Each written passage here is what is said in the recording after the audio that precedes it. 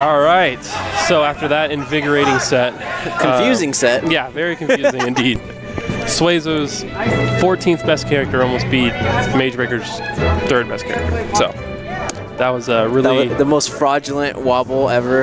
No, I was telling Brandon, I was like, what if he was like acting like he couldn't wobble those like couple games that he played? And it was like the pocket wobble. Yeah, and then like the 5th game, last stock, is like, oh yeah. BTW, I can actually do this the whole time.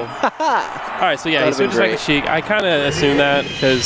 So we saw this match earlier. Yeah, yeah, well, I was playing in my match, so I didn't get to see it. But the stream saw the match. The stream saw the match. Yeah. Yes. Of course, Ben won because he was in winners finals. Correct. But it was a very close. It went down to game 5. Okay. And so I think the cool thing is that you both saw they both know the matchup, or at least each other well, because they were countering each other's playstyle back and forth. Well, Ben plays Krager a lot, and Krager main Sheik, so he's definitely familiar with the matchup. Yeah, it helps when your doubles partner plays a certain character because you get a feel for that character. Absolutely.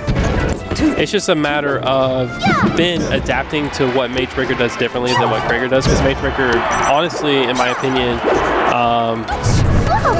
it's just a little bit less. Like I would say if Krager's like a 7 on the scale of 1 to 10, like Magebreaker's like a 6. Okay. But sometimes when you play someone that is not as good as the person you're used to playing, you expect them to do certain things. Well, yeah, and you low your own level, like almost subconsciously. Like you're just kind of like, because like you're expecting like better options to be had, and then you get hit by the bad options. If that makes sense. Right. Yeah, that does make sense. And the thing here too is that on the plus side for Ben, that it's been a little while since he lost, so he's probably cooled off a good amount. Oh yeah, definitely, yeah. And honestly, I know you and I both know what it's like to like lose a match and you have to play right away. You're like, I really don't want to. You have that bad mentality, and he doesn't have that. Yeah, and Ben, I'm so proud of him this tournament. Not only has this been like a breakout performance for him, because he's had like, I mentioned this earlier. There are some Tennessee tournaments that he just hasn't performed to, I guess, what we expected. But this tournament, a little bit of chokesies. Yeah, a little bit of chokesies. It's just underperformance, you know. Like we've seen him play at a level that can go very far in tournament. He just hasn't shown everybody else. But today he is. Today's the day. He beat Kimchi. I don't know who else to beat, but in order to get the winners finals, he had to beat some pretty good players. So it's dope. Representing for Chatty. Yeah, absolutely. Chattanooga in the house. Ben and I representing Chattanooga in top 8. I need more experience against ice climbers. I definitely know that. But you knocked off a couple puffs along the way too. Yes, yeah. Freaking Chikan. Oh, you talking about my run? Yeah. Versus Chikan. Yeah. You beat Jirachi? No, I didn't. No, Jirachi barely. Oh, did you? Okay. Yeah. But you did beat Chikan, so that's good. And that was a close match too. Yeah, it was enjoyable.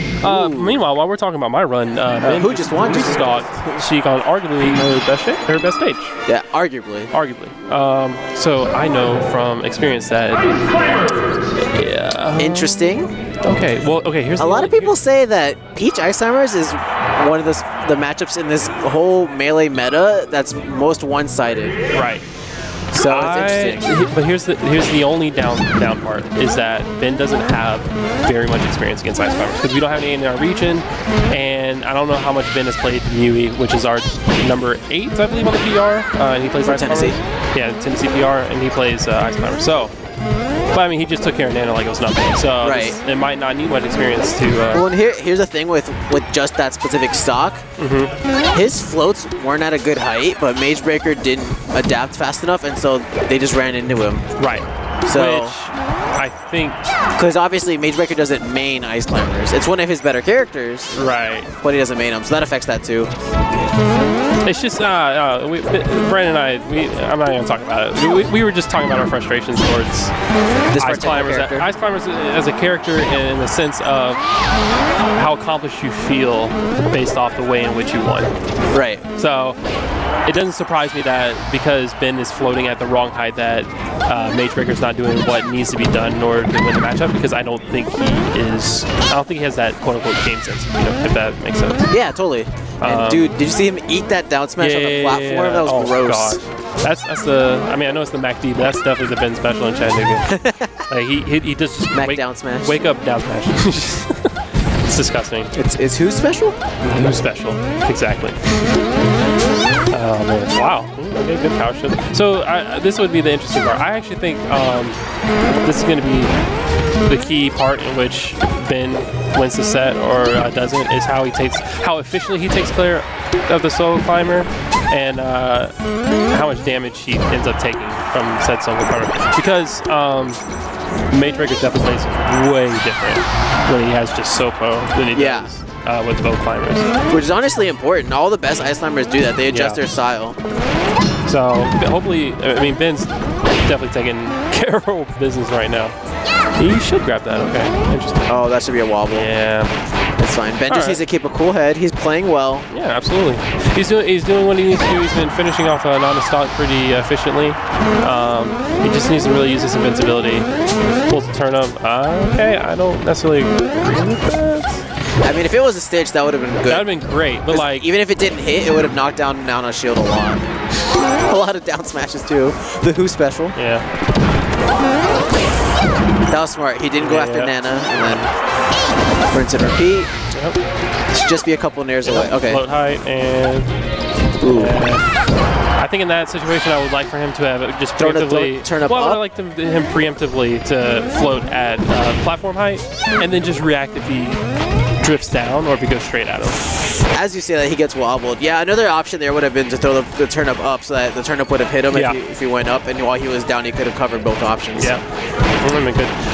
But that's in the past. And then we got a dropped wobble. Drops another wobble.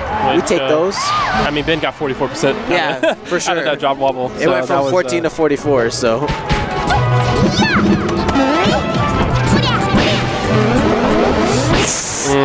All right, good down tilt.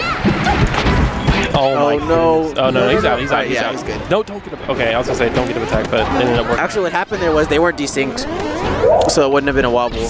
Did he have to? Okay. Oh, that dare was questionable. Okay, just kill Nana. All right, nice. That's a kill if he keeps. No, he needs to chase after. Okay, never mind. Okay. All right, so. Magebreaker could have actually saved Nana, but he was too. Height? He was too. Nice. Good reaction. Get over there. Yeah. Turn up. Good turn up. And. Back there. Okay. Yeah, he just needs to. Oh, he just needs to just not approach. Height. Yeah, just stay that flow height and let Magebreaker do all the approaching. Yeah, there you go. See, just like that. Just float at that height and wait for Magebreaker to make a move. Turn up at the edge. I didn't make it. Okay. Oh wow, you had to jump. Okay. Nice. Very good by Ben. All right, Ben up 2-0. So Magebreaker's got to make a decision. I mean, that game was way closer than it was with the Sheik. So yeah, I assume he's probably going to stay. With the way that Ben's float heights have been a little bit low, he's probably. I would assume he would probably take Mefty. Just in general, there was a couple moments where he wasn't quite picking the best aerials either. Yeah. Daring when he should have bared and such, or daring when he should have fared. But we'll see what happens. Ooh, good thing that turnip was in there. Okay, that should be it for Nana. Good, he cleaned that up really fast. Yeah. And that's I mean, that is the matchup in a nutshell, is how efficiently you can take care of Nana and put yourself in a good position to do the same with Sopo. Right. Right now, yeah. All right, that was good. Ben is really good at calling out people just shielding. I think he applies like really good pressure in order to put people in shield, and he just gets he really does get so many grabs. I think he's just really good at making the most. For sure, and that should do it. Yeah, really high percent. Magebreaker, he's looking a little lost, to be honest with you. I don't know enough about the matchup, especially from the Ice Climber's perspective. What he needs to do in order to make this differently. But Ben is also, I mean, sometimes when the player is just playing this well, there's not really much you can do. Like, you just gotta hope that you can outplay him in the next neutral interaction. So that should be another stop. As long as he rinse and repeats. All right, just get to the other side. No. And that was another case of, like, Ben could have used a fair instead of an air, like his aerial choices. But it's not a bad aerial choice, just not the optimal aerial choice. I mean, if you're hitting the guy, I mean, you know. Yeah, damage is damage. If you're throwing a hitbox out and you're not getting hit for it, then it's okay. It's definitely not the worst thing that can happen. Okay. Good arms attack. Oh. I would have liked to see Ben kind of stay floating and see what Magebreaker was going to do.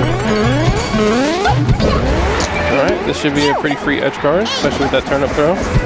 Oh, yeah, see. I like that float height because he started at platform and he threatened. And Magebreaker kind of got lost. He was like, well, do I go low? But if I go low, he's going to fair me. So. And that's why he drifted back because he was like, that's it. I was going to get hit either way. Yep. He was like, well, he got me there. And take care of Nana while you're out there? Okay, well, Nana's making it back anyways. All right. Very well done. Yep. All right. See? Again, like you said, during that last talk of the last game, Ben's in a position where he doesn't need to approach. I mean, get to your flow height and wait to see what Magebreaker does. But he ends up getting the hit, and about one more rinse and repeat. That should take care of the stop. There you go. All right, Ben up 3 stocks to 1. Game 3, he's up 2-0. So Magebreaker's got to have a bit of a miracle in order to take this set. And that miracle, and not getting a wobble is not the miracle that he needs. I was gonna say that didn't look like he knew what to do after that down throw. So. It's one of those. Oh, I got to grab. All right, that was very well of Ben to float to center stage. And, okay, yeah. All right, down smash into down smash. Call that the Magebreaker. Do you? Oh, no stitch! Oh, see, he's like, that's the thing. Like, if you're gonna pull tournaments, you can't get in that rhythmic where you just like pull, throw, pull, throw. Like, you got that stitch, you gotta recognize that you can threaten. That's Nana. That's Nana's dead. All right, well, unless Ben decides, hey, I don't want to win this set. This seems to be about curtains. So, and we're gonna have Who versus Grab in grand finals of Tennessee 2017 Arcadian. So, who would have guessed that? Maybe Grab. It's so interesting. Oh, man. You know what's really, really funny about this? Is that Grab lives in